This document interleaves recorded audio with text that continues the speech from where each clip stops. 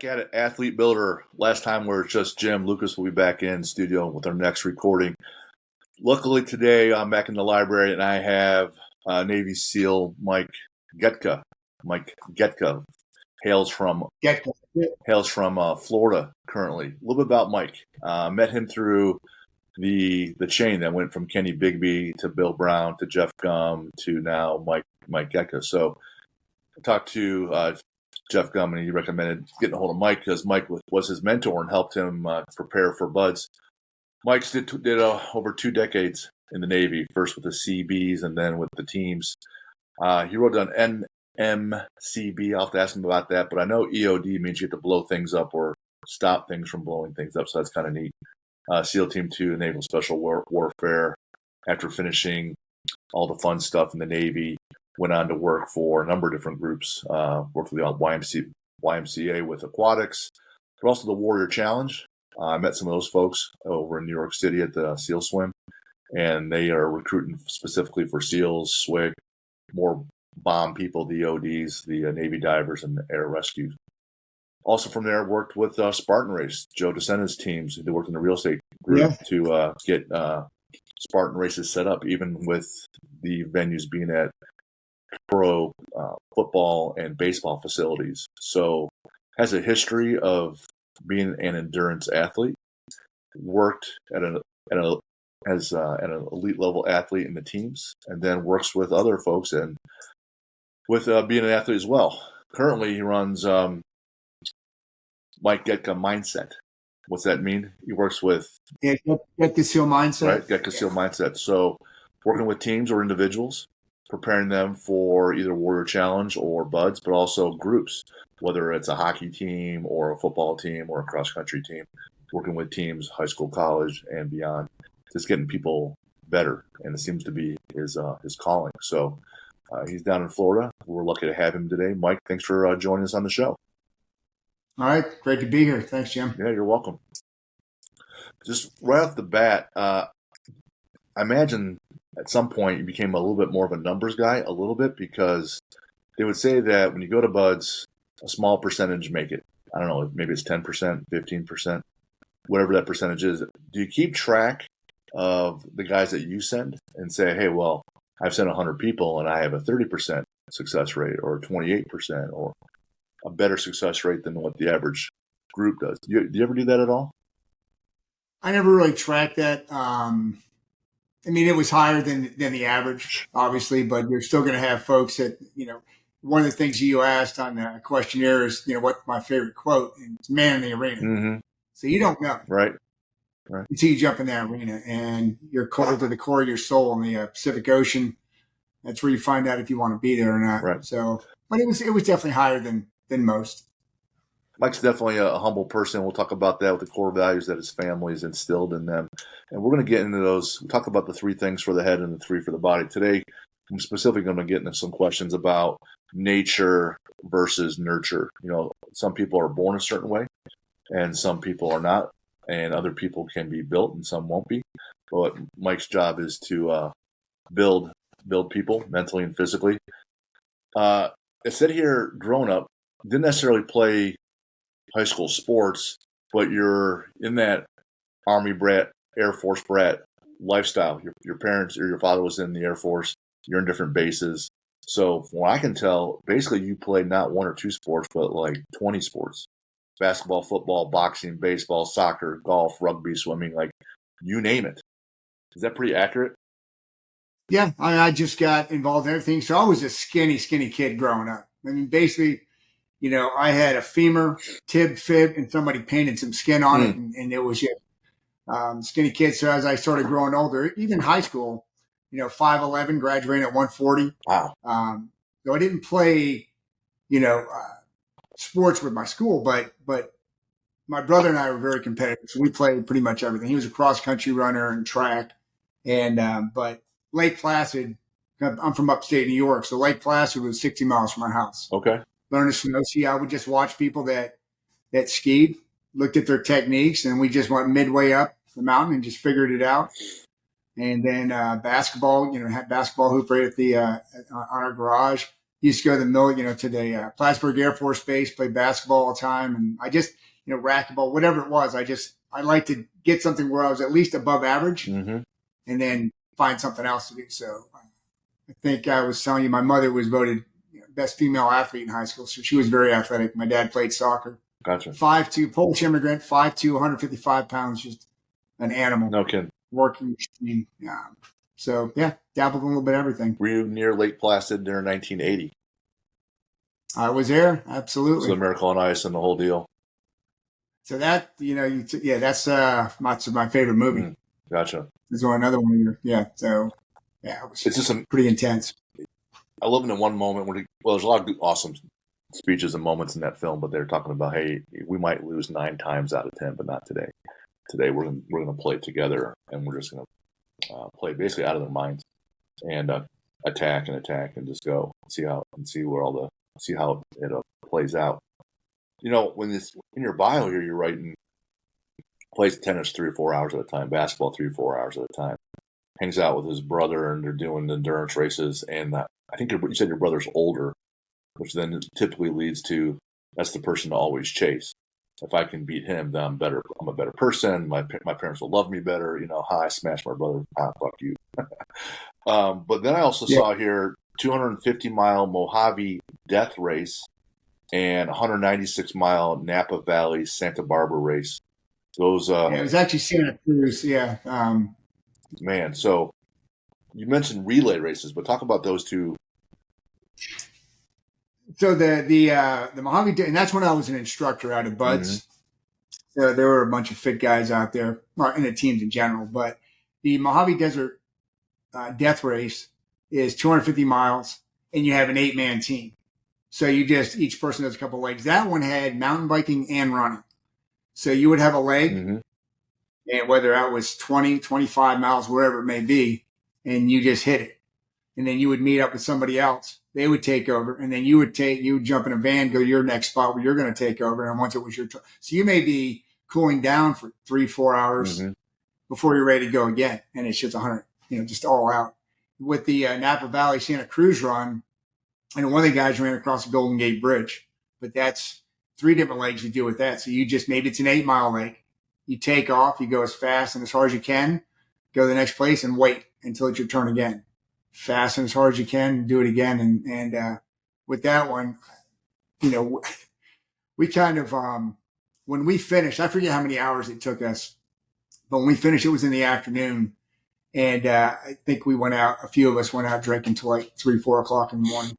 So I don't think that's the smartest thing, and probably nothing these athletes want to do out there, but it was a good story. I'm sure you're not the first to accomplish something pretty big and then go out and have a few drinks.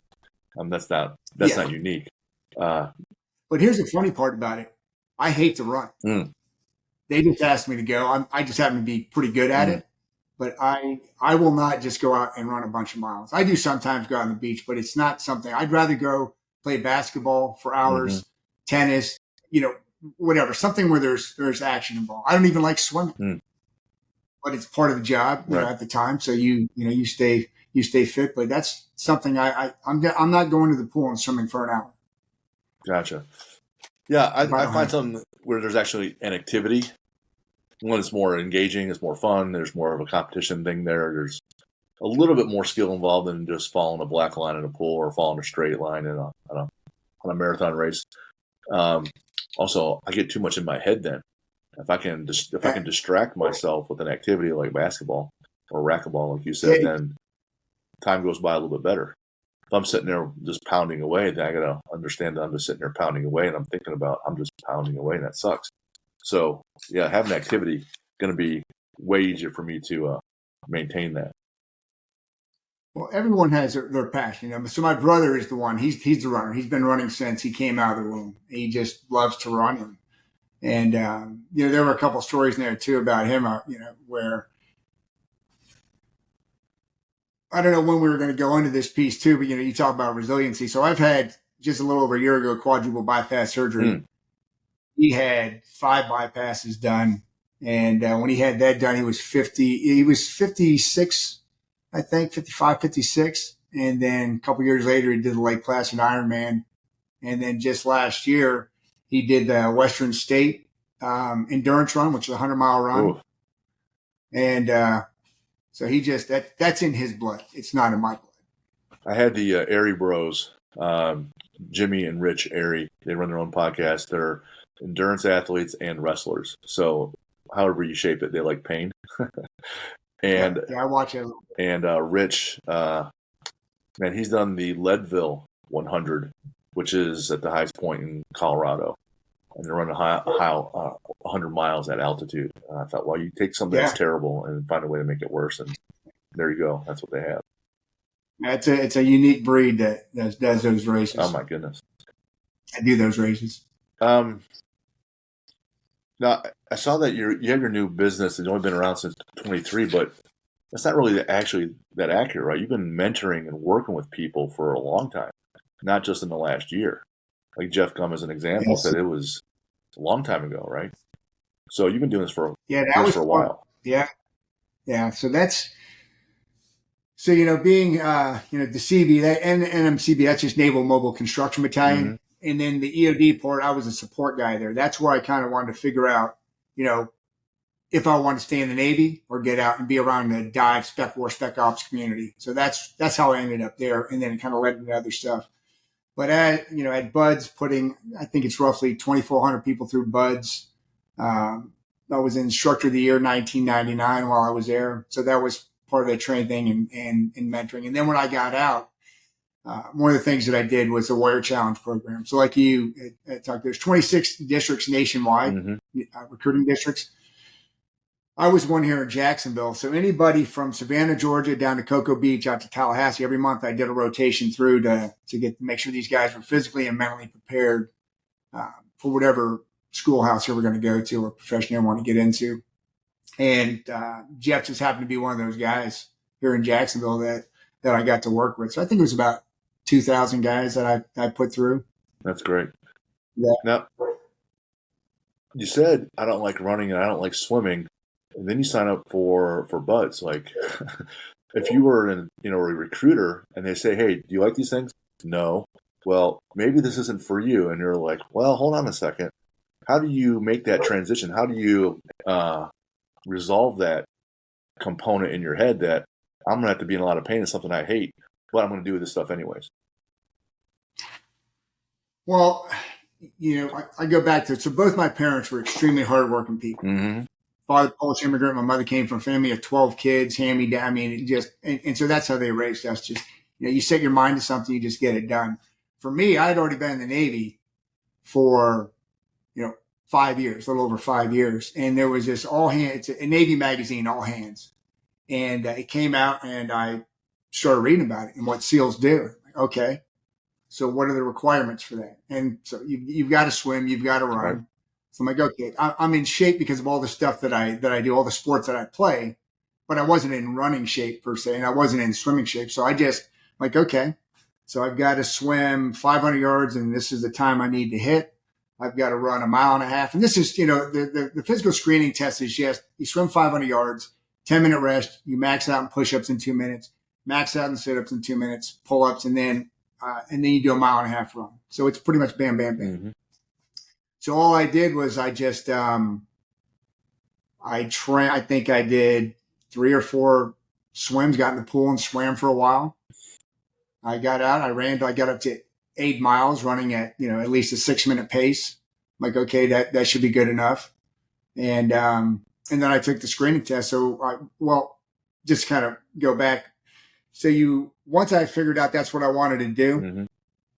I looked at all the requirements. I put my request in. I trained probably for about a month and took the screen test, submitted my package. I got picked up. And then once I got there, it's just, okay, if running is part of the job, well, that's what I'm going to do. If swimming is part of the job, then that's what I'm going to do. So it didn't matter. I just wanted to be a SEAL. And so whatever I had to do to get there, that's what I did. That's the thing, isn't it? What you just said right there. That's what I wanted to do. So that's what I did. What I find that people, whether they're going to law school or medical school, or they want to finish a teaching degree, or they want to do something athletic, it's the front end decision that needs to be made. and you have to be, committed to it. Most all other decisions then kind of just go away. There's no, hey, I don't feel like getting up at 5 or 6 because this is what happens next. I made this decision on this date. All these other things, there's no more negotiating. If it's running today, if it's reading today, if it's practicing arguments today or doing math problems or 1,000 dips, it's just what is on the menu for today because I made this other decision. I think people get hung up or hurt or slow down because I think they can still negotiate. Maybe not today. Well, no, the decision's already made. It's like deciding if I'm going to breathe or not. I decided I'm going to keep breathing, so then I keep going. You don't just start rehashing or rethinking it. And when people start doing that, they start slipping. Maybe I don't need this today. Maybe I don't need to study for this exam. Maybe I can skip this run. And then it's easy. Then your momentum is going in a different direction. Then it's maybe I can just quit, right? That kind of thought seeps in. And so if I'm building an athlete to go to Buds, there's a lot of different things and components I can work on. But if the decision's made, then I don't have to do a whole lot. I just say, hey, here's your homework. Do this. And they say, okay. If I have to drag you, constantly trying to motivate you and inspire, I'll do some of that. But if I have to constantly lead you, well, it doesn't work. How does it? Yeah, and the best advice I got, because being at EOD as a support guy, there were some SEALs that are dual pinwearers. So there were SEAL and EOD guys. And so there was one guy that I went up and talked to. He was working out. And like, yeah, I want to go to Buds. And do you have any advice for me? So look, yes, you have to be fit. You got to run. You got to do all this. Because the bottom line is, if you want to be a SEAL, you're going to be a SEAL. Mm-hmm. You go to Buds, they say, this is what you have to do. One evolution at a time, one day at a time. You just keep breaking it down and get through. And he said, now get away from me. I'm like, okay, right. No problem. But I remembered that. And again, it goes back to, how I was raised and the example that my parents set for us. It's not an option. Once I set my mind to doing something, that's it. It's over. It's getting done. So you can't control injury. No. But, Tony Robbins talks about that all the time, the power of decisions. And even in my daily planner today, there's a quote from Rosa Parks. It said, once you set your mind to something, everything else kind of just falls into place, and it's not really that complicated. There's still going to be some unknowns. And I know that being a SEAL is a small percentage going through Buds, right? The larger percentage is working with your unit and your teams, making an impact on your missions, right? And so many people want to make a big deal about a Buds because of all the components, we know a little bit about it as a civilian. And a lot of the missions, we know nothing because we're not supposed to. But that's not really the identifier, right? Hey, you made it through, but now you have to do a bunch of harder stuff, right? You have to deal with pain and loss and misery and death and dying and risk and challenges and all under duress and then decision making. So that's the greater component. But along the way, there's going to be some things that you're not aware of, or you're fearful of that you don't even know. So even if you're motivated and you decide, hey, I'm going to the teams, and you don't understand buoyancy or drown proofing, some of those things will be a little unknown for you. How do you handle those unknowns? Because it's got to be at some point, fear has to come into your head just a little bit, and you have to have a process to address it. What is the process that you try to instill and teach and work for yourself? You're coming up on unknowns or fears. Going to Buds, these guys now, with a prep course and then having a warrior challenge program, I mean, these guys are getting so many more tools than, back in the day when I was going to go there. You're going to do drown proofing, but the thing about Buds is everything is progressive. It's progressive. You don't just go out and run, 14 miles. You don't just go out and swim 5.5 nautical miles. Everything works you up to that, to where you're in the pool swimming. You go to the bay, swim a mile, then you go into the ocean. You start building on that. The runs, they build up. Soft sand conditioning runs. Even with drown proofing, they don't just throw you in the pool with your hands tied behind your back, your feet tied up. First, you just, you keep your feet together. You put your hands behind your back. Mm-hmm. And you just, if your hands come out, you fail. If your feet come apart, you fail. Then they'll tie your hands, and then they'll tie your feet, then they'll tie both. And you practice. For me, never really being a water animal, on the weekends, I would just practice with pool comp. I would go there on the weekends and practice. When I was an instructor, anybody that wanted help from me, I would help them out, and we would practice. With my own business now, Getka SEAL mindset, I'm not going to tie somebody up.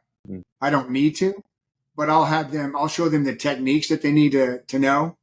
Put your hands behind your back, put your feet together, and keep them that way. But it's the travel and it's remaining calm, because wrestlers that can swim, they do extremely well. Runners that can swim do well.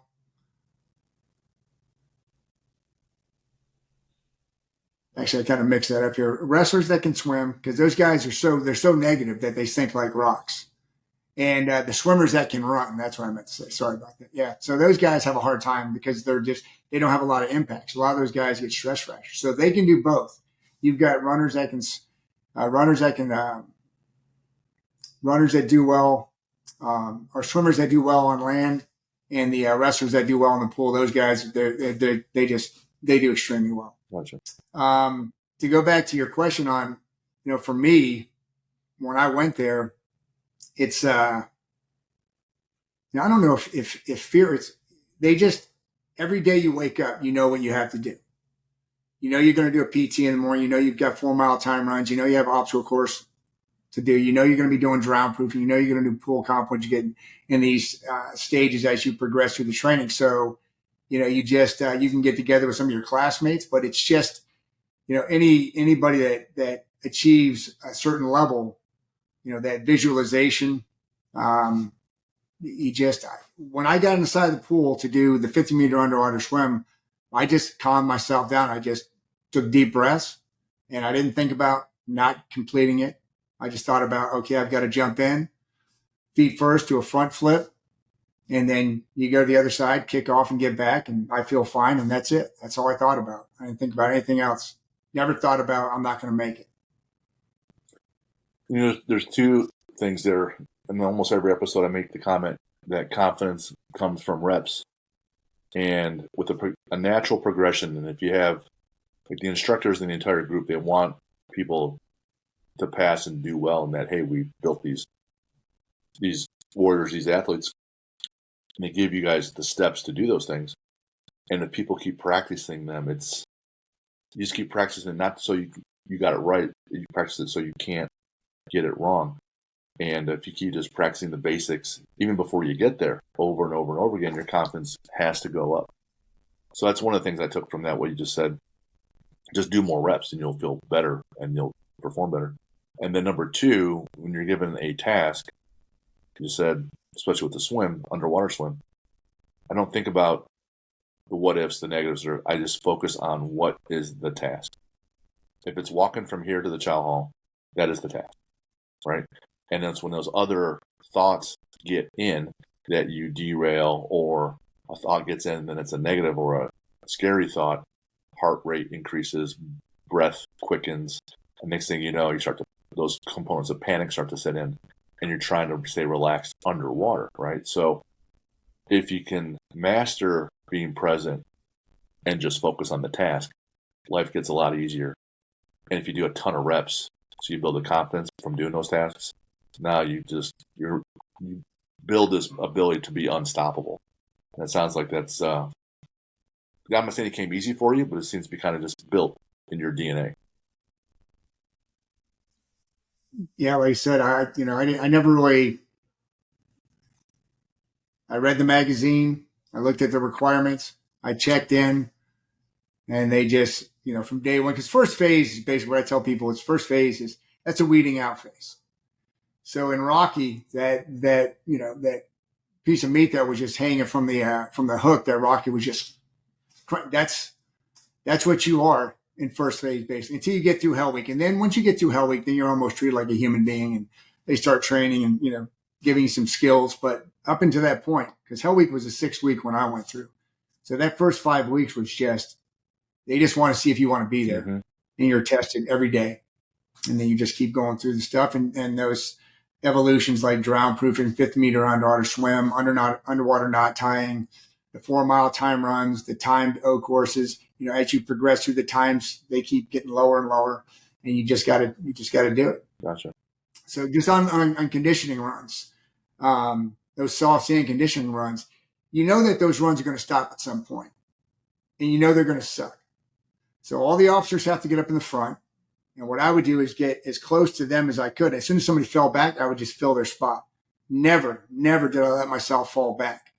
Doesn't matter how fast the instructor was going. You want to stay up, because at some point, as the class starts getting spread out, that's a safety thing. So there's some point where an instructor arbitrarily is just going to go, boom, this is the cutoff. If you're in the back of that cutoff, you're in the goon squad. Now you're getting crushed until that last guy, regardless how far back he is, once he gets up, he'll take out. Everybody else they're just going in a little circle, just jogging a little circle, relaxing. So I never let myself fall back in anything. So what do you mean by goon squad? Goon squad is, so these guys, if you don't make that cut, they're doing 8-count bodybuilders. They're doing wind sprints back and forth to the surf zone, flutter kicks. They're getting hammered until that last guy catches up. And as soon as that last guy gets there, the instructors take off again. So what I would tell guys is, all that energy you just spent in the goon squad, getting crushed, had you used that effort and energy just to stay up, much better off. So those are things that, you just kind of pass on for guys that are going to go in there in the future. The beatings will continue until morale improves, kind of deal. Well, until the fat goes away. The fat goes away. Gotcha. Yeah, you want the weak to go away. So you said you were smaller in school, 140, 145 pounds in high school. Were you? And you started lifting after that, and you put on a few pounds. How heavy were you going into Bud's training? Well, I got to Bud's. I was 175, 177. And you finished Hell Week, and you finished Bud's. A little different number then. No, I stayed right at that number. Really didn't, because I didn't have a lot of body fat. I was pretty fit when I got there. So I don't know what the percentage was, but it was low. I could fill my lungs up and still sink. Really? So for me, even more reason, and like with the wrestlers too, you have to stay. Any water evolution, you have to stay calm, because when you tense up, you're going to sink like a rock. Right. And you're already a rock as it is. So that lack of body fat for those lean athletes and wrestlers, they have to be lean because they're in those weight classes. It hurts the buoyancy, is what Mike's saying. So if you start sinking like a rock, then it's a lot more work and effort to keep going forward in that piece. Yeah. It's almost better to have a little bit of fat on you, right? So the guys that were ripped, the running and certain things they love that stuff. The guys, because there's some 240 pounders that go to Bud's, some big guys that barely pass that time run every time, but they weren't built for speed. Right. They love going out in the Pacific Ocean because they're like a walrus. We used to call them the iron marshmallows. So these guys who go out there and they love being in the water. For them, it was a break. For the guys that didn't have any body fat, right? When that water's 50, 60 degrees, that sucks. Right. But those guys in the pool had a hard time getting down to the bottom because they were so buoyant. The travel and drown proofing, I don't know if you know anything about drown proofing, but basically you jump in, you're bobbing up and down just to get relaxed for 5 minutes. Then you have to float. So your shoulders, all I did is you could kick a little bit. And as soon as my shoulders would break the surface, then I would take a breath. And then you go put your head down slowly so you don't, because if you go up, you can get vertical. And then, if you're panicking, then you go down even further. So you just have to stay relaxed. Those guys could travel easily. You're just doing the dolphin kick for 100 yards, going up, turn around, go back and forth until you get to 100 yards. Floating, but getting down to get the mask, because you've got to go down and pick up a mask with your teeth. You've got to do a front flip and a back flip, and it's got to go end over end. So those guys had a hard time getting down to the bottom because they had that more buoyancy. Okay. So it kind of all balances out in a sense. You mentioned, in the mindset questions, that meditation has helped you, but you wish you would have done it earlier. I'm guessing that wasn't in your tool bag back then, but being able to meditate and keep yourself calm under that kind of duress is a huge skill, right? It is. That's what I just call it, the switch, so to speak. I mean, when there was something that, like I said, the drown proofing or pool comp or something, Hell Week, once I'm in that mode, all I focus on is completing that so you can move on to the next thing.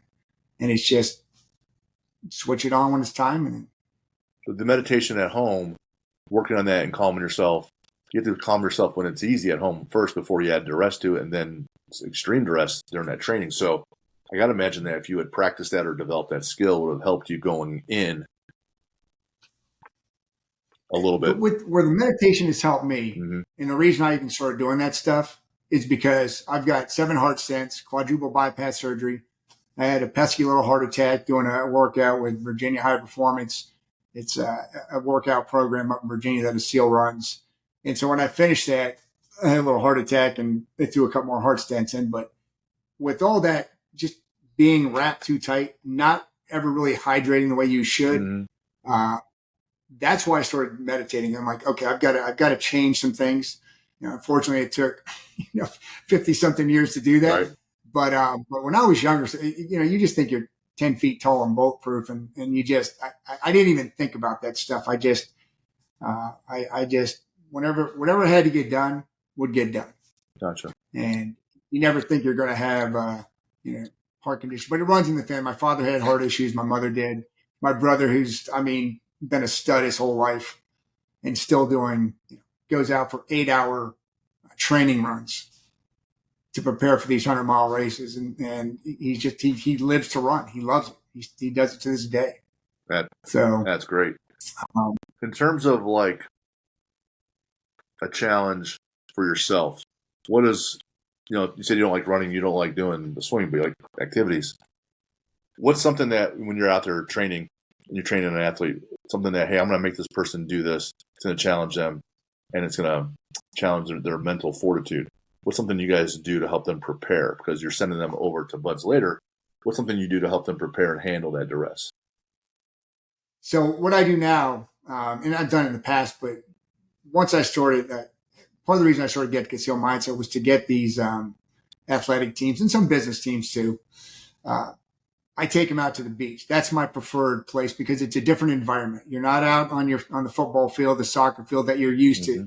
Take them out of their element, take them to the beach, and I put them. And it's basically it's buds type stuff. I put them in boat crews.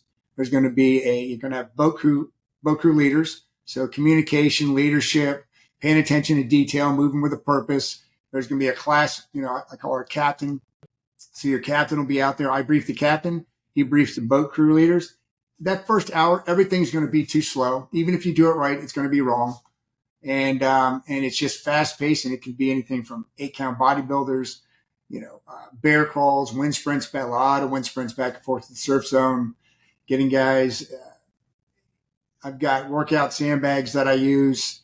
And then after about the first hour, I start doing relay races and make it a little more fun. It's still challenging, but it's more fun because the goal at the end is to have a more cohesive team. That's just, where, and also, when the coaches are there, you'll see some of these guys, and it's just like buds. You'll see some of these guys that you think are going to be the rock stars that actually maybe they don't want to be there. So I'm not going to put out. I don't. This is stupid. I don't need this. That's just something about their character. Sure. The coaches see that. Their other teammates see that. Then you see these unassuming guys that you wouldn't even think would step up, that maybe even haven't in the past, that for some reason that environment just brings something out of them. So that could be a potential leader. You'll see that especially in Hell Week, where you see the true, because everything is stripped away. The true character of who that person is there, whether it's an officer, it could be some 17-year-old kid that just turns it. They're just natural born leaders in a sense, where they start taking over. They may be in a boat crew where their boat crew leader's an idiot and not getting stuff done, and they just take over. So the same thing happens at a lesser degree because I'm not, I don't have the hours to put them through what you would at Buds, but you're still going to get a good taste of what happens, and the coaches are going to see what's going on. And then if it's somebody like, there's a lacrosse team I've done 3 years now, and every year, they've gotten better. The communication is better. It's affected, their seasons. Every year they've gotten better, gotten to a higher level. And you see that. And then when these new guys come in, they're already passing it on to them. And then when they show up the next year, I just turn it up another notch and push them even harder. Because hopefully they've passed on to the younger guys what's going to happen. Mm-hmm. And those guys prepared themselves. If they didn't, you'll know. And there are no excuses. So the adage that adversity doesn't test your character, it simply reveals it.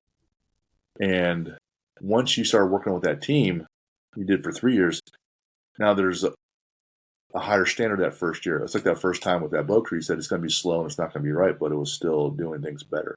So that first year, it's not exactly at your optimum level, but it's definitely better. So the second year, if that's already the standard and you're starting from that level, it's easier to level up because you're not starting from scratch again. And that's the thing with your coaching staff or your athletes or people in your business team.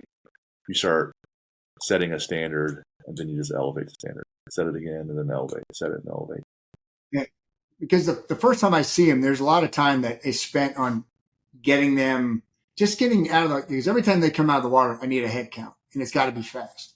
And these guys will run out and knowing that boat crew 1 should be here, boat crew should, the furthest north, boat crew 1 should be there. And every time you come out, but you see these guys run around and it's just shocking. Just do the same thing every time, guys. So once they start gelling as a team after that first hour, it's perfect. Now when they show back up the second year, I don't even have to waste a lot of time with that. It's already done. So I can get into pushing them even harder in teaching them more stuff on, about trust and communication and whatever it may be. Because I always have a conversation with a coach. I'm like, what do you guys want to kind of target on this? And I'll always have, depending on what group it is, I'll have, somebody that I've worked with in the past. That's one of the buddies that showed up for this lacrosse team. He was an enlisted SEAL. I think he did 6 or 7 years. He got out, went to NC State, got his degree, and then he wanted to come back in the Navy and fly jets. The Navy didn't take him, so he went in the Marines. So enlisted SEAL, got his degree, F-18 pilot, and then one of the first 6 selected for F-35, and now he flies for one of the major airlines and one of the most humble guys. So he shows up and he kind of will give his perspective and what he's experienced in his lifetime. So we pass that stuff on to these guys too. Yeah, success leaves clues. There's people smarter or better than me that I just simply read them or listen to them or talk to them and say, hey, man, just dump all your information into me so I can help disseminate it as well. The components at Buds, not all of it. I hate to generalize because I don't know, but the element of the cold. You said the winter times Buds candidates have a higher washout rate than the summer ones, the June and July ones. Talk about, for those that don't know, how cold is cold there? What is the cold like? How long is the cold there? What is really happening? And how do most people react to that, and how do you handle it?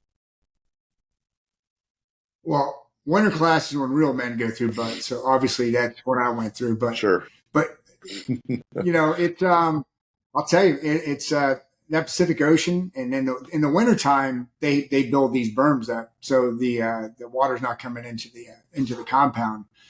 So what they'll do, they'll get you out in the Pacific Ocean and you're wearing tri-shorts. You could have, some gear on too, or be fully, but usually if you're going out there, they're going to put you in tri-shorts. There's an immersion table. So depending on the water, but it can get down into the high 40s, but usually it's going to be for the winter class in the 50s and 60s, definitely, easily. But then you'll come up and they'll get you on the top of the berm. So you've got the wind chill. So it just cuts straight through your soul. Yeah. And so how you deal with it is that evolution has to end. It has to end at some point. They can only keep you in the water so long if the temperature is this. So there are different iterations they send you through, and then that when you leave there, they're gonna have to run you or do something to warm you back up to get your core temperature up. So you just have to. All you can do is you just go in and you suck it up until it ends, and then you do the next thing, and that's all you should be thinking about. And the guys that are, you'll have this little game in it, little devil or whatever you want to call it, this little voice in your head. Well, I really wanted to be a lawyer. My parents didn't really want me to be. So all these, excuses start coming at you, or I won't say excuse, but a way out. Mm-hmm. You justifying why you shouldn't be there. Not that it sucks and you're cold, and that's okay. It's not for everybody, but, the guys that, when you talk to them and say, well, what happened? Man, it was hard, man. It was cold. Respect. These guys that make up excuses, I mean, just own it. Yeah. It sucks. It wasn't for you. And just go on and do some other great things in your life. Sure. But again, it's one of those things. The guys that make it through, and you can talk to, 15 different SEALs, and they'll tell you maybe 15 different things on how they process it or whatever. For me, it was, whenever somebody quit, I just took that energy and like, okay, I'm still here. But as far as everything else, and I know you've heard it a million times, it's one evolution at a time. Yeah. That evolution has to end. There will be the next thing. And then you do that. That has to end. And then the other big part where most guys will quit is, you eat 4 times a day out of that 24-hour period. Because other than that, you're going. So you get that hour, you go in the chow hall. It's nice and warm. Maybe you get a hot cup of cocoa and you're warmed up. And you know that as soon as you leave that chow hall, Pain. You're going someplace wet and cold. Yeah. Every single time. And guys just, nope. I think I've heard on some of your other podcasts, I heard somebody talking about this where, it's the same but different. There's especially in the beginning, you'll have the guy that's just crushed everything up until Hell Week. And that's the guy that everybody thinks is going to graduate. Mm-hmm. And as soon as they quit, you'll see 10 to 15 people just go with them. Well, this guy can't make it. I can't make it. That's that comparison problem. I can never beat this guy. I could never. It's that imposter syndrome, limiting belief. Or I can beat that person, how that person beat me. And really just focus on you. Focus on you and your task and your teammate, and that's about it. But you're just changing your focus. And all I have to do then is think, well, Mike says if I change my focus, I'm going to drown in that underwater swim. Because his only way of surviving it is doing your flip, go down 25 meters, kick off, and go back. And if I change my focus, I'm not going to make it. So if you just go back to that basic little rule, everything else is a lot easier. But it's easy for me to say, and I'm just doing it on a podcast right now. It's easy to say, and it's much harder to do. But again, I mean, when you're going there, whether the 5th minute in the practices, I never went more than 35 yards. Mm-hmm. I'd come up, but on test day, you have to do 50 yards. So when I was standing, that morning, just thinking, just breathing, expanding my lungs, and just all I thought about was going through the steps I had to go through. Because a 50 meter underwater swim is really not that hard. But if you get in your head and you're panicking, then you're going to be burning through your oxygen quicker. You have to calm yourself down because all that it's all for a reason. So if we're going through that pool comp where you've got twin steel 80 tanks on your back, you've got a double hose regulator. These you start crawling to the bottom of the pool, instructor comes down, rips your mask off, rips your mouthpiece off, maybe turns your air off. And then it gets to the point where they tie a knot in it where you're going to have to take these tanks off. Well, there's a sequence you have to go through.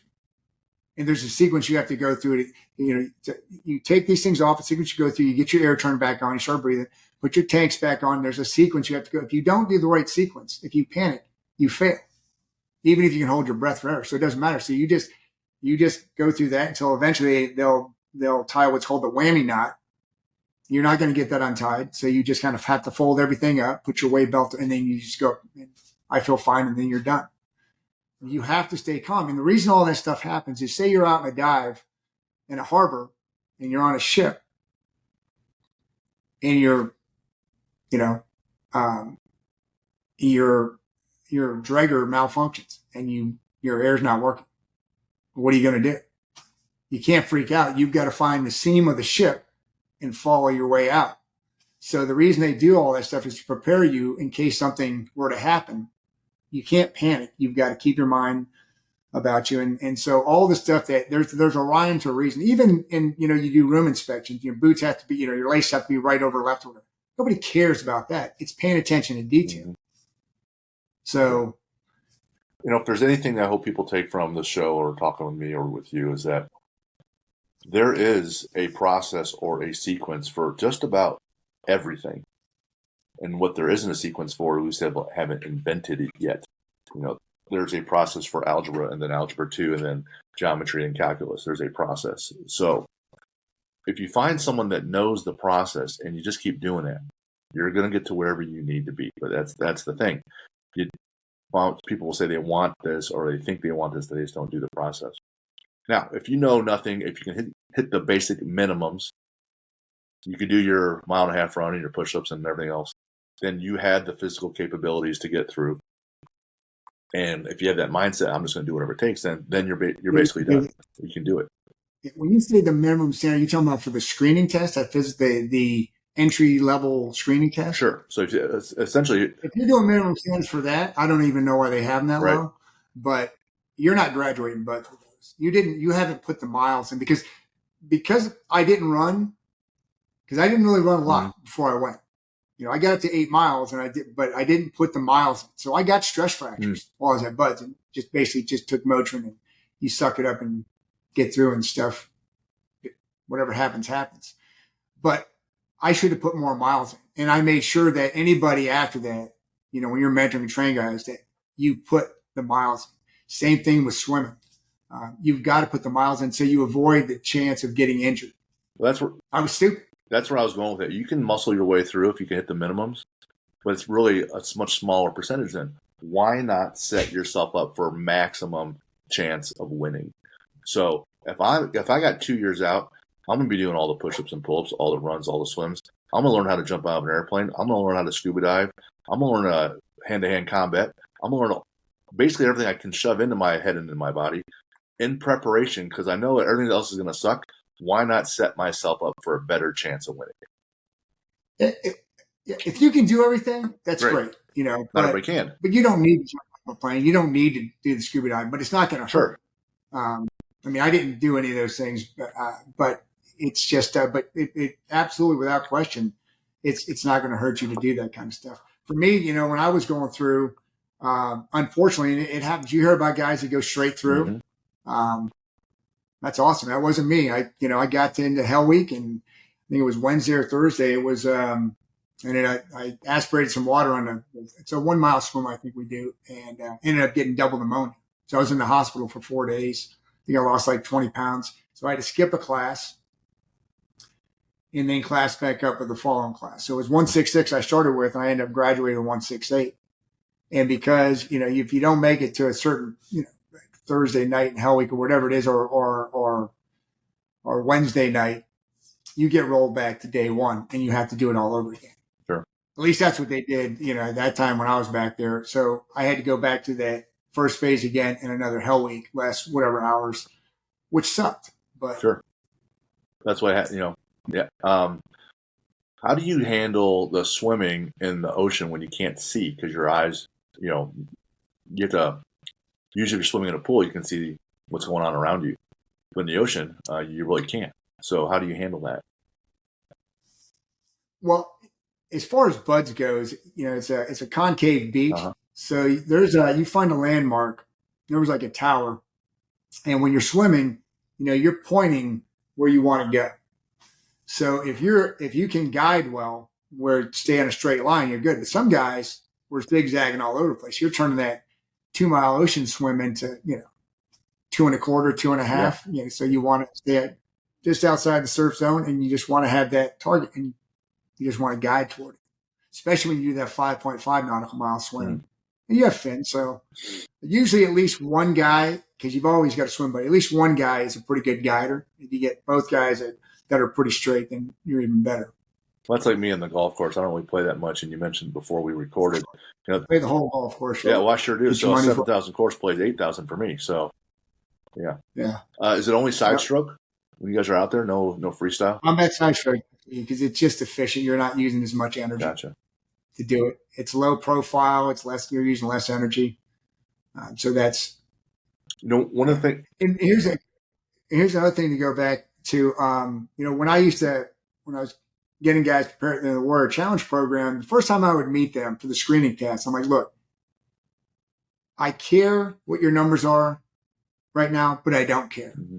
When I see you a month from now, if your numbers are the same as they are right now, you need to think about doing something else because you're not committed to doing this. You should be stronger. Every single month I see you should be stronger and stronger and ready to go and have more questions for me. Mm-hmm.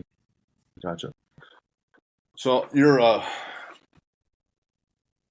don't know if you're like me, but I'm more of a nurture versus nature. Like you'd be born a certain way, fine, but you can learn just about anything and build just about anything. You talk about building mindset and knowledge, but the training going into it. You said a lot of the runners did well that could swim, or swimmers did well that could run. I can't remember all the wrestlers. It seems like I don't want to say it's just cardio bunnies, but don't you have any meatheads that make it through too? Because the guys that like to lift, or is it just all endurance athletes? No, there's some big guys. I mean, it's the full spectrum. Anything you can think of. There's guys that, like me, I didn't play organized sports in high school. I mean, like I said, I played sports and I would ride my bike. And my brother and I used to ride our bike. We would get up. It was 4 miles to the golf course. So we would get on our bikes, get our golf bags, and we would ride to the golf course. We would play up to 36, 45 holes. And then, so it'd be like 6 a.m. and we'd get home at 6, 7 o'clock at night. So 8 miles round trip. So that wasn't organized sports and I guess not considered an athlete, so to speak, or at least, in a formal setting. But there are guys that never played sports that go there or very little.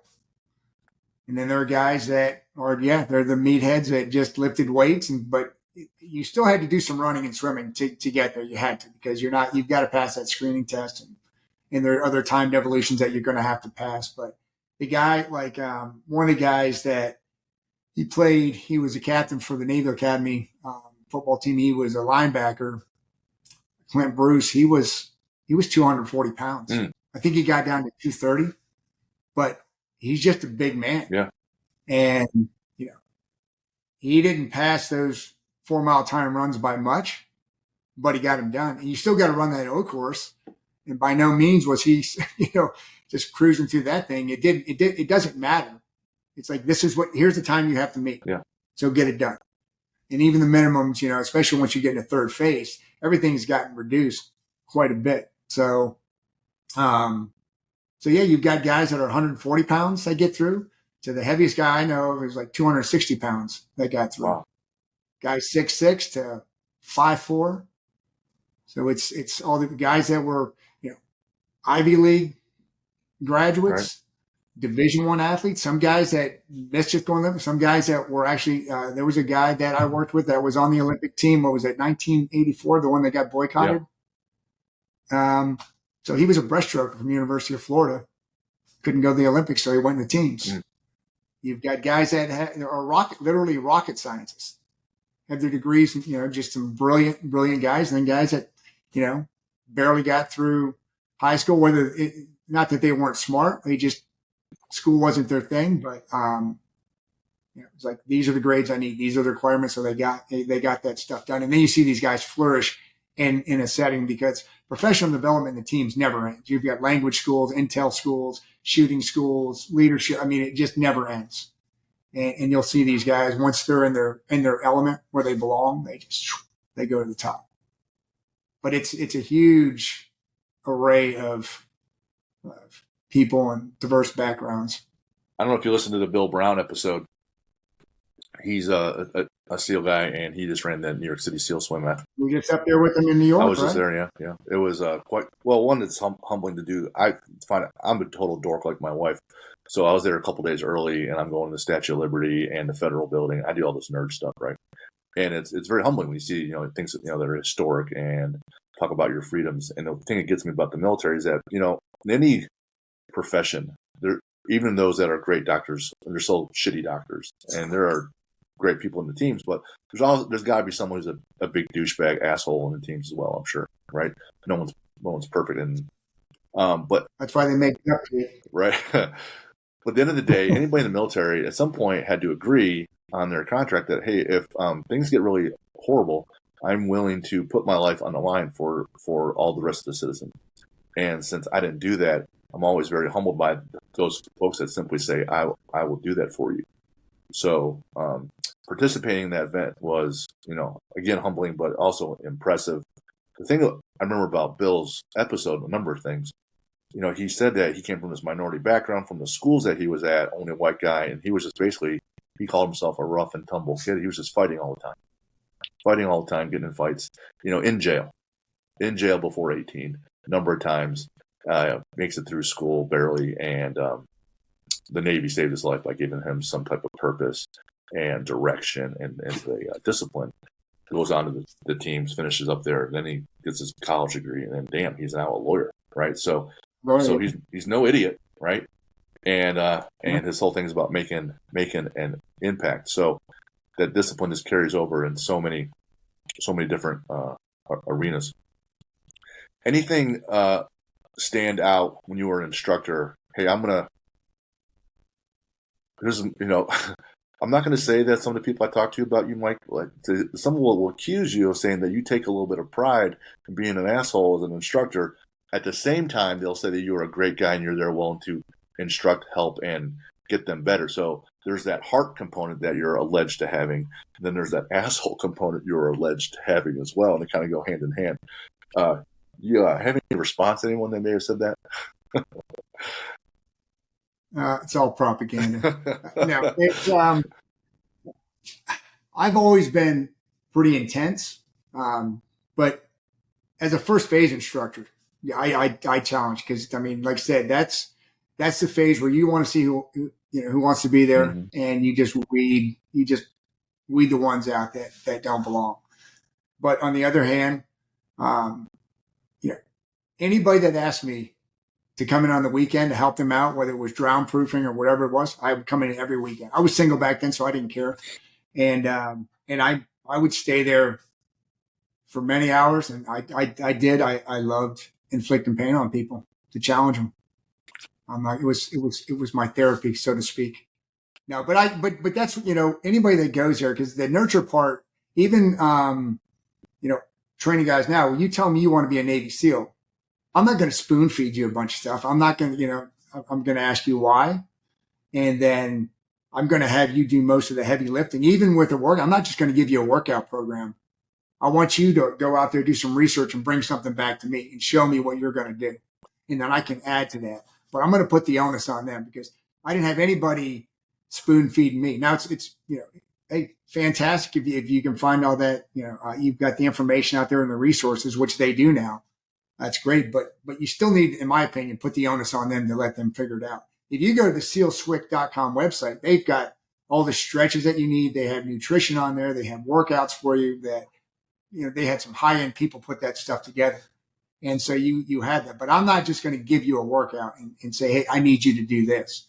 When I show up in a month, or before when I was doing it, when I showed up in a month and you were still the same guy, you didn't like me. If you showed up to Buds thinking it was the instructor's job to get you in shape before all these programs were in place, you didn't like me. You didn't like me. If you had an attitude, you didn't like me. So one of our guys, he was on maybe our second ever episode. His name's Coy. He's an Army Ranger, and came out of my gym, and we worked with him, some other older Rangers in my gym that are police officers now, and they helped with me and helped us train this kid all night long one night to help kind of give him a frame of reference that you can be in pain, but it's going to end at some point, so you'll be fine later. It was just to give him that rep, so you had the confidence that you can get through basic and Ranger school. He just did this Ranger challenge where it's like you and this other teammate, you're trying to do a whole bunch of shit, and it's like 80 hours of I hate my life. And I said, hey, what percentage did you give? He goes, yeah, 100. I go, really? He goes, actually, it was a little more than 100. I go, how so? Because some point, my teammate had to carry me a little. And at some other point, my teammate was falling down, and I had to carry him a little. But together, they took 5th overall. And so is there a moment when you're going through training where your teammate had to carry you, Mike, or is there a moment where you had to help carry someone else? Because no one gets anywhere alone, right? In anything. No one squats 1,000 pounds alone, but people squat 1,000 pounds, right? So How was that for you?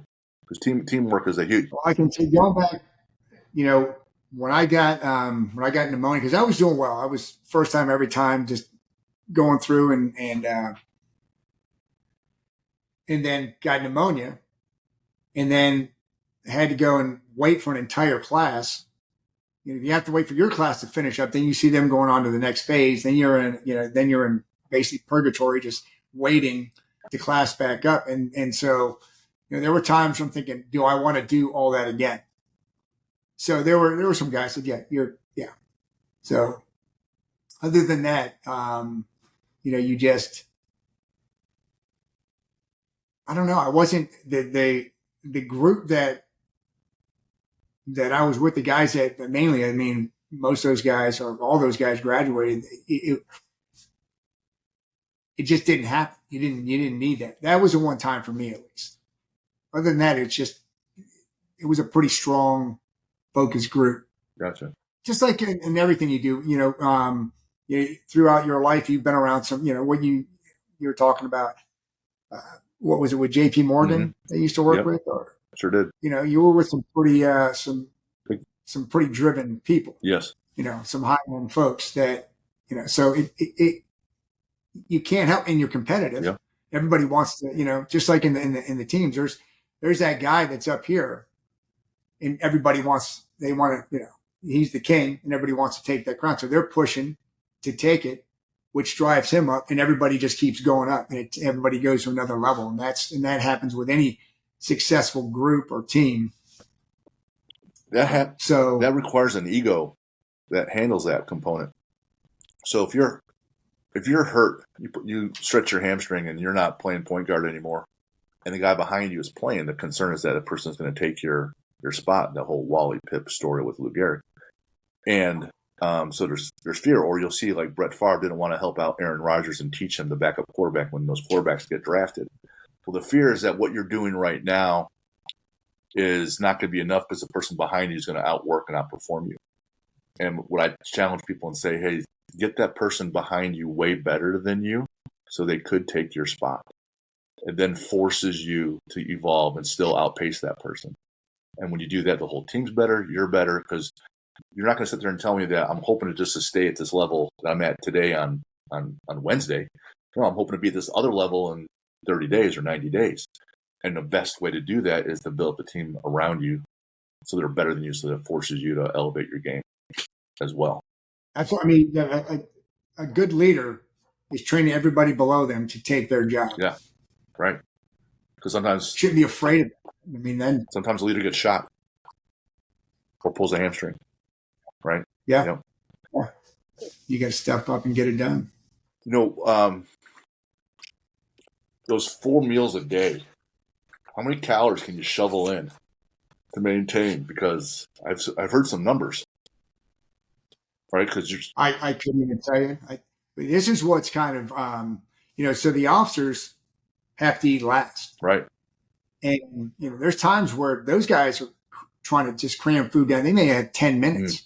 Maybe 15. There's times where you're not getting a full meal, and it may not just be usually during Hell Week. I mean, everybody's got their time to do it, but they're going to have less time. But how many you can, I don't know. Sometimes you're just, your body's adjusting to not going to sleep for that many hours. So you may not be able to get food down on some of those meals. That stress level, so cortisol is getting wrecked. Your body's wanting to retain, but you're burning all the time. The whole hour, your body is still burning so you got to be full, and you start running again or swimming. You got to want to vomit, and you're like, holy shit, I need those calories. Some people do. It's just, but you get as much in. I don't know what the number is, but you can shovel it in, right? And I'm not a fast eater. I'm a very deliberate eater. Always have been. Always the last one. So for me, I mean, just trying to eat fast, that was a challenge. Yeah. But you can cram a lot of shit down your throat when you need to. Something funny, like I remember I listened to one of Jocko's podcasts, and he asked for permission during Buds to take off and land like an airplane. So he's kind of like with his arms, he takes off and running towards his berm, and then comes back. And it was just to alleviate some tension, but you have to ask permission. You can't just go off and do that shit. Anything like that, kind of like, hey, this is going to suck today, but let's start singing a song, or any of those moments to help alleviate. I'm trying to think of because there were some guys that had a lot of fun at butts. They didn't care. Right. There were guys that, when I was in instructor, putting them through that, this guy Lively, I mean, he had to be 180. He was a fit guy, could do push-ups forever. That guy had a smile on his face every single day during Hell Week. He didn't care. Another officer that I put through, John Doolittle, same way. Had a smile on his face every single day. Just having a good time. I'm out here on the beach, working out. And Getting paid to work out. Right. So it's all attitude. Right. Perspective, attitude, however you want to put it. But yeah, there's some funny stuff that happens. Nothing's just popping into my head right off the top, but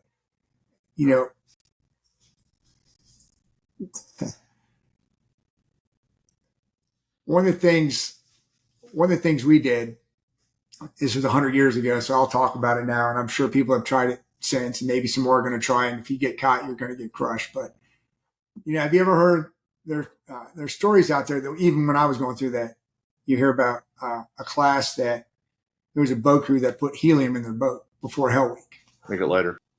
And we heard about that. So we did it. Oh, boy. We filled it up. We had guys that were positioned as watches to make sure nobody was coming in. It was like 4 o'clock in the morning.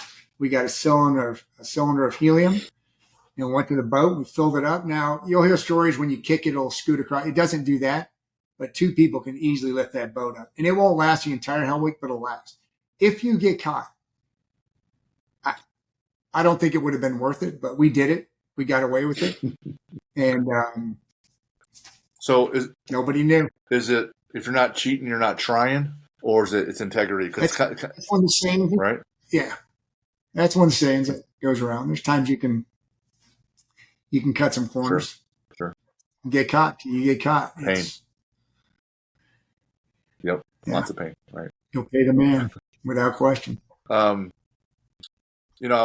I played a little bit of sports in high school, and then even on the club team with racquetball at Purdue, there was a little bit of this, but I was also in a fraternity. And whether you play sports or you're in a fraternity or sorority or you're in the teams, every once in a while, there's been alleged accounts of hazing.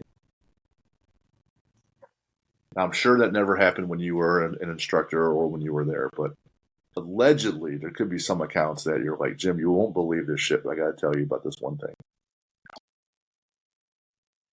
Well, I can talk to you offline. Gotcha. Okay. You want to hear some stories? I can tell you some stories, alleged stories, hypothetical stories. Hypothetical stories. All right. Well, we'll see.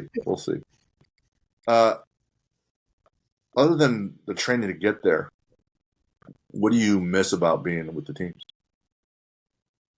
It's just the caliber of people that you're around. Yeah. Because even, there always has to be that guy. There's always got to be somebody that is at the bottom, in whatever respect, So, but even that guy is still well above the average person out there that you're ever gonna work with. So that level of trust and just, that whatever has to get done, it's going to get done above and beyond whatever it has to get done. You don't have to worry about if, it's that part right there, the camaraderie, just that level of people. And, you don't need to worry about hurting somebody's feelings. If there's somebody screws up, you let them know. That's exactly what Bill said. It's just the caliber of the man. That's all he said. You're just around a different level of doer. Right. What if I said, hey, if you work with Mike and to prepare, you're a coach with his team, what's a component that's unique and separates you? What are they going to get when they buy you, when they buy your process, your system, your coaching? What am I going to say? Hey, I got Mike because he will get me this. He will do this. This will happen. I will achieve.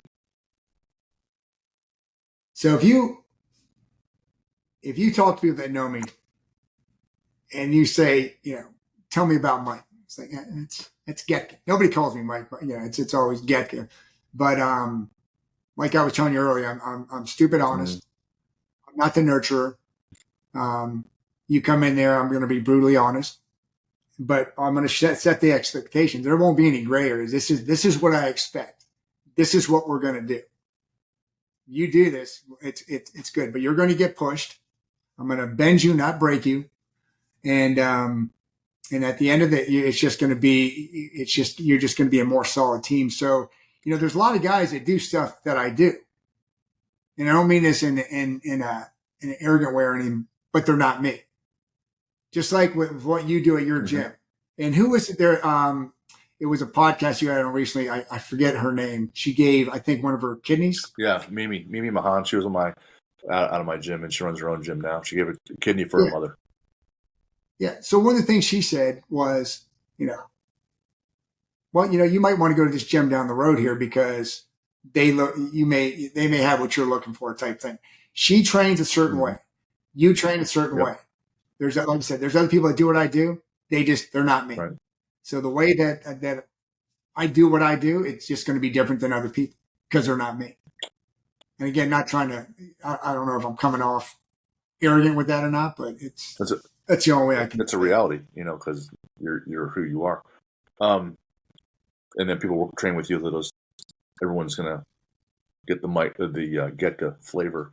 If I go to Bud's right now and they look at my resume and I don't list this or word gets around that Getka trained me for a year to prepare for this, is there a target on my back? Or is it look into Bud's and they know, they're going to expect a little more. They're going to expect anybody. And that's not just me. If somebody knows that a SEAL and they find out when you go to Bud's, they're going to give you some extra love. That's great. Because somebody probably, they mentored you. They gave you some insight as to what you need to expect and how you should prepare to get there. So somebody finds out, somebody. They're going to, every day they're going to call your name and give you some extra love. So there's two ways that you're going to get attention at Bud's. You're a turd or you stand out. You're exceptional. And this is something else I like to put out there. There's times when some people believe, I don't believe in this, but you hear people say, well, just kind of blend in, be the gray man. That's usually what I hear. That drives me absolutely crazy. There's no CEO or anybody that's got to the highest level that just blended in. Never, that I know. So when I hear people say you should want to be number one, if you end up number 10, okay. Sure. But at least you were striving for greatness and to get to the top. But I don't. Every time I hear that, it makes me twitch. No. Why? Why would you want to blend in? The point of being on the teams is to stand out and do things that are impressive and hard, right? That's the point. Well, then, so once you get to the team. And so why would you want to be an average person and then be on a team that stands out? There's a disconnect. But you want to be humble. Sure. The greater the man or the woman, the more humble you should be. And, once you get through Bud's, so you don't need to go out there and tell people, anybody out there, I don't care. If you got to tell somebody how great you are, you're probably not that great. Chris is one of the guys at the gym. He's near retirement from the police force. He's a ranger and in a prior life. So he teaches a number of things with the police department. One's, marksmanship and then hand-to-hand combat. And there's a number of cops that train. And another friend of mine, Mike, I'm asking, because Chris if you talk to Chris, he's all smiles, happy-go-lucky, everything's great. Nothing really freaks him out. Nothing really stressed about. And I see these younger guys that are cops, and they're all capable people. And I asked Mike, "Hey, Mike, these younger guys, they all whip Chris's ass because Chris is getting older because he's in his 50s." And Mike's like, "No, Chris is all fun and games, but he has that level where he doesn't go and show off and talk about this and that. He has this level of knowledge and expertise on how to hurt people, and if he wanted to, they'd all be dead in a second. And you wouldn't know it. He's completely unassuming. He's your best buddy until things are going in a bad direction. The next thing you know, that switch gets flipped, and he's this lethal weapon. So the smile's gone, and he's a whole different person. But you wouldn't know because he doesn't talk about himself. He's just talk to Chris. He wants to go fishing, right? And when a push came to shove, he's the person you avoid, right? And so I see what you're saying. You want to be at the top, but the humility. No one's really. If you're at the top, you don't need to be stomping on the people below you. It's people that are weaker minded and below. They're trying to pull and tear the people down above them, right? You never talk about other people that are supporting the leader. They're like, you don't want to be smashing on them, pushing them down because they're helping keep you going, propelling you up. I saw that you said that when you train, when you do your own training, you listen to nothing. So that tells me you're just in your head a lot, trying to either thinking about your breathing, or you're using to meditate, or using to kind of, for me, calm myself down, and I'm trying to get rid of other thoughts in my head. I'm using training to actually as therapy. But is there a place that you and your wife, or an adventure that you guys haven't done yet, that you wanna, I'd still like to do this, or I'd like to go here and see this? Anything coming up? New Zealand. New Zealand. Yeah, New Zealand. Want to get out to New Zealand? It's on the list. Any chance you're an All Blacks fan? Because I am. You talking about the rugby Yes, team? Yeah. That chant. Yeah, but they're the ones that do the chant, right? the haka. Yeah, the haka and its translation are written on my gym wall. It's painted up there on the wall. I saw them compete in Chicago once, and I'd absolutely like to see them. And if you read James Kerr's book Legacy, they follow the rugby team, and it's all about leadership and how they build the standard for that team. Because in the history of Earth, no team has won more than the All Blacks. In over 100 years, they've won more than 75% of their games or their matches, and the most titles. So they just win everything, and their standards are just that high. How about watch movies? Like, you have a favorite sports movie? Yeah, it's a Miracle. Okay. Hands down. There's a bunch. There's so many out There's there. 1,000 out there. Inspirational movies, but that one, just the way that he got these college kids, and because you don't have more talent, Right, basically than the Russians do, but we're going to be more fit than everybody. And to me, I mean, you can use that because there are teams out there. Because think about it.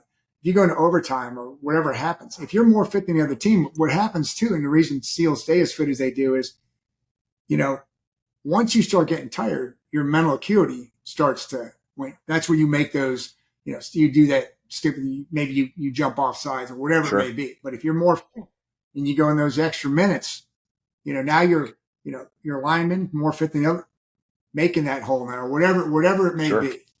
You just have you get that edge. So to be more fit and have the talent too. But the way he pushed them and brought that team together, that's the two things I took. It was their ability to outwork, but also how they were all on the exact same letter of the same word, or the same sentence of the same page.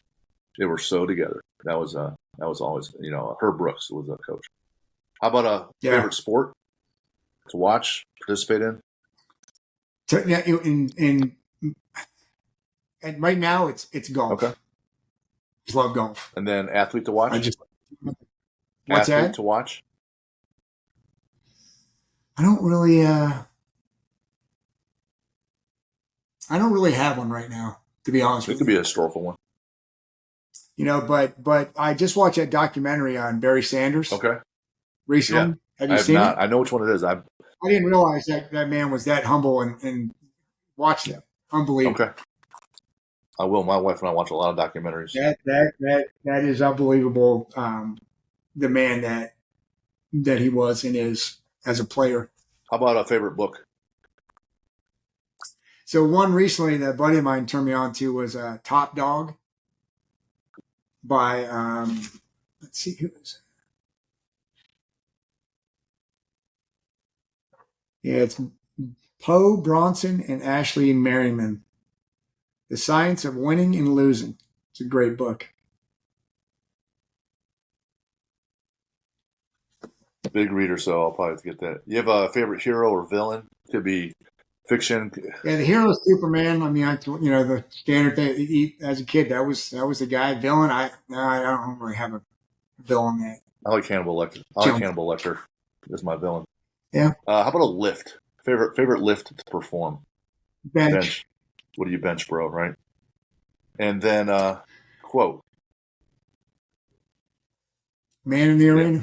I have about 4 people so far. So about 10% of my guests so far is a man in the arena. And then there's one I always throw out there that there are 2 ways of doing things: the right way and again. Do it again, yeah. I always do it right the first time. Did you? The mind drives the machine. Did you check out Atlas Shrugged yet? Because I think I recommended that to you. Haven't yet. The Atomic Habits. I'm like chapter 5 on that. I But tell people I will. when you do Atomic Habits, don't read more than a chapter a day, because you can Okay. breeze through it pretty easily. But the point is to implement what you just learned, right? So think about how you're going to apply each chapter. If you listen to episode 8 of this show, I break down every chapter of Atomic Okay. Habits. Atlas Shrugged is an outstanding book. If you read The Fountainhead is one that comes before it. You do not need to read them in sequence at all. That does not matter. The Fountainhead is more on individuality. The Atlas Shrugged is, hey, I'm going to do things and stay true to my character, despite outside influences, and how that plays out. And yeah, those two are probably my favorite pieces of fiction. Yep. I got a question for you. Do we have time, or do you got to get off? I have a few more minutes. I got time for sure. So with your gym and stuff, and what prompted you to get that started? I know, I heard the story, but from the time you opened it to, what how did you grow it, Mm-hmm. so to speak, or tips, or we can maybe take this offline at some point. So I'm still in the beginning phases of growing this thing. So how do I grow the gym, right? And that's a really good question, and one I'm not great at. As good as I am at selling, as good as I am at pushing people, as good as I am at those things, I'm not good at marketing. And there's people that live in this town, in a suburb of Indianapolis, and I've been here almost 12 years. And they'll drive by, they'll come to my gym, and they'll say, "How long have you been here?" I say, 12 years. And they're like, "No shit, I didn't know you were even here." I'm like, "That's how fucking bad I am at marketing, right?" So in terms of building what I'm trying to build here, and culture is going to be our number one asset. And it's always ebbing and flowing, but ideally, it's going to stay true to, we want people in this, for typical adults, not people trying to go to the teams. We want you stronger, mentally and physically, and want you in shape, mentally and physically. So a lot of CrossFit gyms, not all, but a lot, spend a lot of their time on the conditioning piece and the skill work. And I'm like, well, if you can't squat, deadlift, and do pull-ups and press, then you're still a weak person, so that's not cool.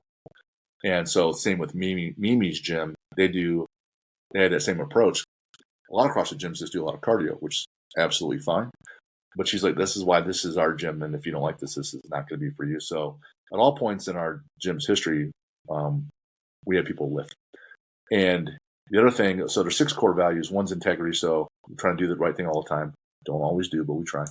Discipline is going to get you your results. Teamwork, no one gets there alone. Kaizen is a Japanese term for constantly getting better. Enjoyment, you got to kind of have fun doing this, because if you hate every bit of it, it's not sustainable. So if you enjoy most of what the teams are, but you hate the running and the swimming, well, you're not running and swimming every day. You do other shit. And then there's the word sisu. It's a Finnish term. So I'm not from Finland, but it's the mantra for the entire country. And it means that when you're at your worst, when you're suicidal, when you're looking at addiction, you just don't quit. You just keep going. So if people come in and they see that's what we're about and that's what they want, then they'll stay. And if that's who they are, then they'll bring some other folks. So we're always bringing in new folks, but we're only keeping some over the course of a year, right? Okay. But those that stay 6 months or a year, they end up staying 10. They don't. So there's people that have been in my gym, some of the coaches have been there since I opened. I think the average age of the staff is in the 40s for sure. One of my coaches turned 60 this year. He's his PE teacher, but essentially, we liked to be stronger, in better shape, have a good time doing it, and constantly, pushing a little bit. That's not for everybody. And so when I talk to new folks, the best way to grow the gym typically is through word of mouth. And it's not going to be from your older or more veteran athletes, because those folks, their circle of people already know that they're at my place. But someone that's new, their circle doesn't really know about our place yet. So anybody that's been here less than a year, those folks are the ones that I haven't tapped into their circle of friends yet. So I have to ask them what other people like to work out, what other people want to have large goals, what other people need to be in shape, what are former athletes that are in your circle. And then I'm just authentic in that and say, hey, I want to make as much impact. I think I've already made enough mistakes in my life where Jesus is going to be a little disappointed in me when he sees me. But if I also have to go to him and say, hey, I received all these challenges, but talents that you gave me, and I wasted them, then he's going to be even more disappointed. So I'll tell people that other than my faith in my family and my kids and in my people in my family, I don't really give a shit about much else. I like to go hiking and stuff and fishing, but this is my calling. So I'm trying to make an impact so that the book Legacy I mentioned, if I can get you better, young kid, then maybe your next kid after you will take something from what I taught you, and then that kid is now better. So I'm 49, and I keep thinking about my dad who got sick at 58 and dead at 62. Like, hey, tomorrow's not promised, so I got to go now. So I'll tell these athletes, I got to go now, so I got to make this impact, because who knows?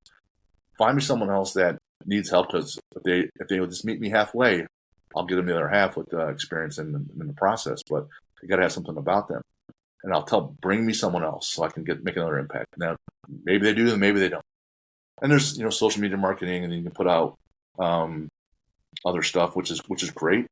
I'm publishing a book here on September 30th and a digital course October 24th. So I just keep trying to put stuff out there to make an impact, and hopefully some of it sticks. And then if I come across anyone, I just ask, step forward with me, take a step with me, I'll show you. And then I offer money back guarantees. If you do the minimum and you're not better in 3 months, then here's your money back, because I failed. So I just keep asking and asking and asking. Move forward, put more weight in your back, go faster, suffer longer, and then take the step, and I'll get you better. So that's what I'm trying to build at my gym and the people I work with. So hopefully that word gets around somewhere. Excellent. Yeah, you can tell your passion just came out there while you're doing it. Yeah, I start talking faster, start stuttering a little bit more, and get excited. Yeah. Well, if you need me to come up to Indiana and get you, what do you got? Some beaches up there in Northwest? Well, there is a beach right here in town in the lake, and it's not extensive, but there's that. And then you go to Indiana Dunes, the northwest corner of the state, and it's now a national park. It's right there in Lake Michigan. And then I'm from Cleveland, so there's plenty of lake on lakefront Lake Erie. So it would be great to hang out, because I'm working on this swim thing for next year. That SEAL swim. And you're going to jump in for New York for the New York swim? No, I was not prepared. I'm talking about next year. That's the plan. That's the plan. Yeah. So, given my abilities and what I'm good at, that is not it. It'd be like asking you to squat 500, or 400 pounds. It's something completely, like, up until this last couple months, I would swim as a kid at the local pool. Yeah, but I probably swam laps, I don't know, 10 times, 10 different times in 40 years, 50 years. I have no background. I got to do 3.5 miles next year in open water. So. Yeah, but you've got fins, right? Yeah, they sure do. Yeah, fins, combat side trip, you're good to go. Everyone swam freestyle. Did they really? Well, I guess you want to get done quickly. Yeah. Yeah. So learning the breathing, because my approach is lift heavier, push a heavier sled, just go as hard as possible. So when the coach is telling me, hey, man, you need to just calm down and use your stroke and not fight your mechanics so much, because you're so tense on push. Like, you're going super fast, but you're just going to be exhausted in 200 meters. I haven't figured that part out yet, but I'm working on it. I mean, just get into your rhythm. That's why you get conditioned. You do the sprints, you do long distance swims, and just keep working together. And then it's just your breathing. Once you get that breathing down, just that's the part. It's the breathing. But the one guy I put down there, John Doolittle, that he's a retired captain, swam for the Air Force Academy. Mm-hmm. He swam the English Channel, raising money for a fallen teammate, and he's just a great guy, but he is their. Have you ever heard of KAASTA? KAASTA? No. Or TU, rather. And they've used these on some of the Olympic swimmers, Olympic athletes. There are these bands, pressure bands that help with blood flow, but he can talk about that. But KAASTA, ASTU. But he's just an incredible human being. Well, what I'll probably do is send you an email saying, hey, can you connect us so that I can schedule him for like October or something like that. Yeah, because we were just at a fundraiser together, and I told him that I was going to throw your name. I said, okay. Great. Thank you. Thank you. I found most of my guests are very generous with connecting me with more folks. And if we can make an impact, and, that seems to be the goal. So, that's the plan. With the SEAL swim, they raised $700,000 that weekend. Yeah, that's awesome. That was awesome. And incredible. The speeches were amazing. We're at ground zero, and I heard the police commissioner and the fire chief that were on duty during 9/11. They spoke, and then Bill Brown introduces Cindy Dietz. I turned my head. I was like, "No shit, that's got to be Danny's mother." And he goes, "Yep, this is Danny's mother." And I was like, "Well, this is horrible. So let's go listen to what she has to say." But it was awesome. So yeah, it's yeah, that's an incredible event. I mean, it keeps growing every year. So. Almost 400 athletes this year. There was one dude with a young kid with Down syndrome that did the whole thing. No kidding. Shit. I saw. I can't remember his name. They introduced him. He was on the news, and he's there in his little shorts, and he's like, "Yeah, I'm ready to go." He had a little swim buddy with him that makes sure he's oriented. Was swimming the whole fucking thing. I was like, "Damn, dude, that's awesome." I wonder who he trained with. No, yeah, I don't know. Anyways, Mike, we talk all day. I know you got things to do, but man, I really had a great time, man. Thank you so much. Thank you for the generosity. Thank you for your service and your continued service, even though you're not, with the teams anymore, but you're still making an impact. And we're lucky to have you on. Thank you so much. Well, appreciate that. Thanks for having me. Take care.